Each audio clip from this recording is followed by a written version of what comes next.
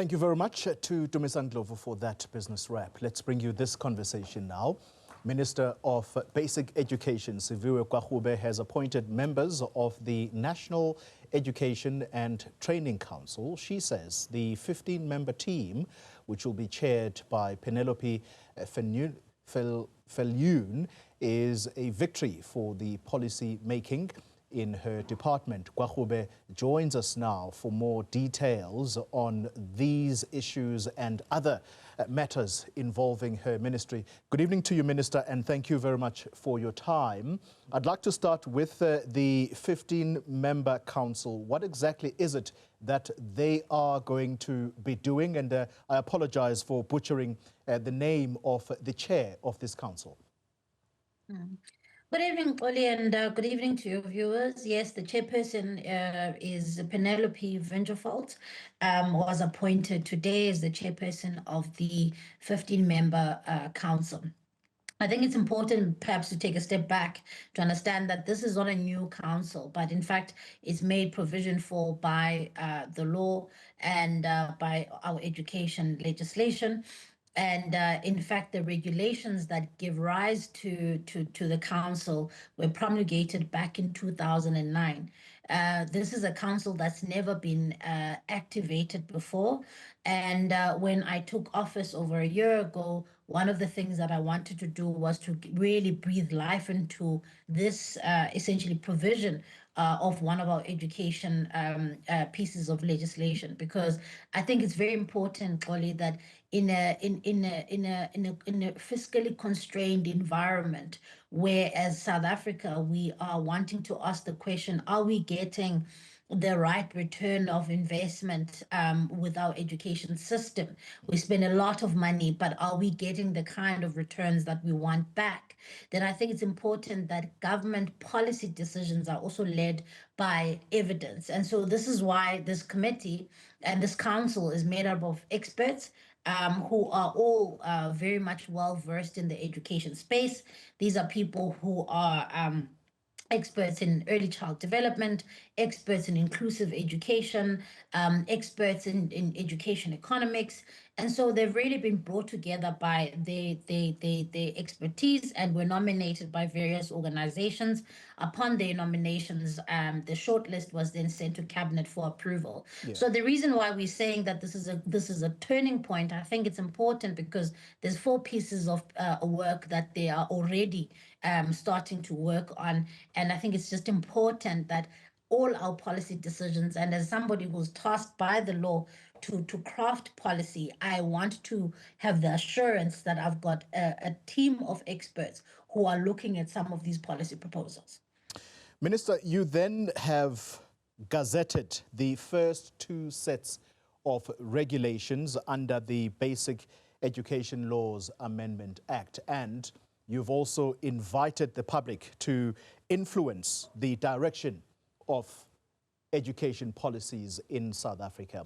Talk to us about the importance of these first 2 sets of regulations. What is it that you are inviting the public to comment on exactly?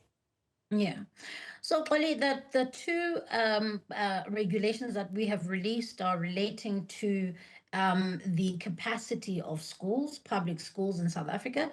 They're also relating to admission policies of schools. And so you'll remember at the last year when the president signed the BELA Act into law, one of the clauses that were suspended was around the admissions policy and the language policy. So firstly, I think it's remarkable that as a department, we saw it fit to really push to get these regulations done.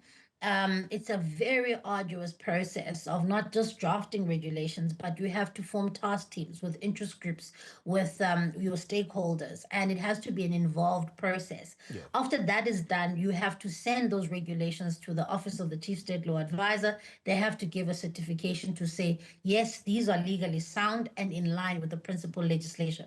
So we've been able to send those for public comment. And again, I urge South Africans to please take ownership of this process. This is your legislation, this is your law, and therefore these are your children ultimately. And so what we've got until the 5th of September for people to send their public comments. And once those are collated, we will obviously then formulate the final regulations. However, there are still, out of the 8 that we have, those were the 2. We still have 6 that are at various degrees of completion. Some have been sent to the Office of the Chief State Law Advisor. Regulations, for instance, pertaining to learner pregnancy, as an example, pertaining to the powers of SGBs, for an example. So those have been again involved in this process, sent to the Office of the Chief State Law Advisor. And once we get the green light, we will then obviously publish those in tranches. I've also noted some criticism around the fact that why couldn't you release the entire set of regulations all at once? And I just want to remind the viewers that, you know, regulations and drafting of law is really an involved process. I mean, the National Health Insurance Act regulations took 18 months to put together, and we've done this work in 7 months. And so one of the things that we don't want to do is we want, by the time the 2026 academic year starts, we've already started having public comment and finalizing these regulations. And so that's why we've put ourselves under enormous amount of pressure. But at the same time, we want to publish a quality product that has also the endorsement of the Chief State Law Advisor. Well, I'm glad you've touched on the criticism along this, because that was going to be the next question. But because of time, Minister, can I quickly squeeze in the issues coming out of KZN? What's going on with the state of education in KwaZulu-Natal? Look, KwaZulu-Natal has been under tremendous financial pressure for some time. And the part of the reason has been, there's been various reasons, and there's, you know, most provinces are struggling financially, and it's because of years of underinvestment in the sector. But KZN is particularly acutely affected for various reasons. One, they've got, actually, in terms of figures, they actually have the largest amount of learners in the system, number one. Number two, there have also been some, you know, ill-advised ways of managing finances in the past. Things like, for instance, making some of the temporary workers that were appointed in terms of the Presidential Employment Initiative permanent employees of the state, rising the cost of employee bill far beyond what should be the accepted norm. So whereas we say that the standard should be 80-20, so where you're spending 80% of your budget on the cost of employees, so paying your employees, and 20% paying goods and services, which are your scholar transport, managing schools, administration, and the like. And that's the healthy split in a people-centric environment.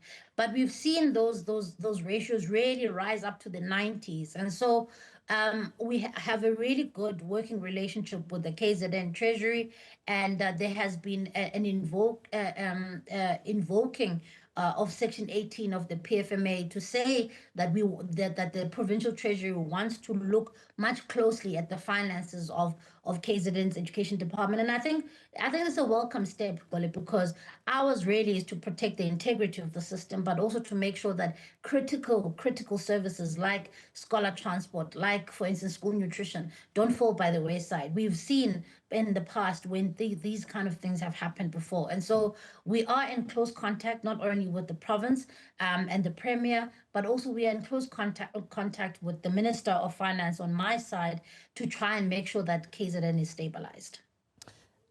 That's a very crafty way, Minister, of saying you are in support of Francois Rogers' decision to place the KZN Education Department under administration. Is that effectively what has happened, and do you support it? It's not under administration, clearly. There's Section 18 of the PFMA allows the provincial treasury to take over some finances, some financial functions of a department. And in fact, this has been a long time coming. The department has been consulted. We've been in various meetings with them. And so, yes, I'm certainly in support of it, because we need to stabilize the finances of KwaZulu-Natal in an urgent basis, because I promise you that province has the largest number of learners, and we can't have a situation where that system collapses. And so, any way to stabilize it, the finances, is absolutely welcome. And if the MEC, in conjunction with the MEC for Education, can craft together a financial recovery plan that ensures that we are able to meet our obligation to the learners that are in that province, we have to support it. And in fact, in the coming weeks, I'll be also having a national intervention from our side, as as DBE and the Minister of Finance. Siviwe Gwarube, the Minister of Basic Education, thank you very much for your time.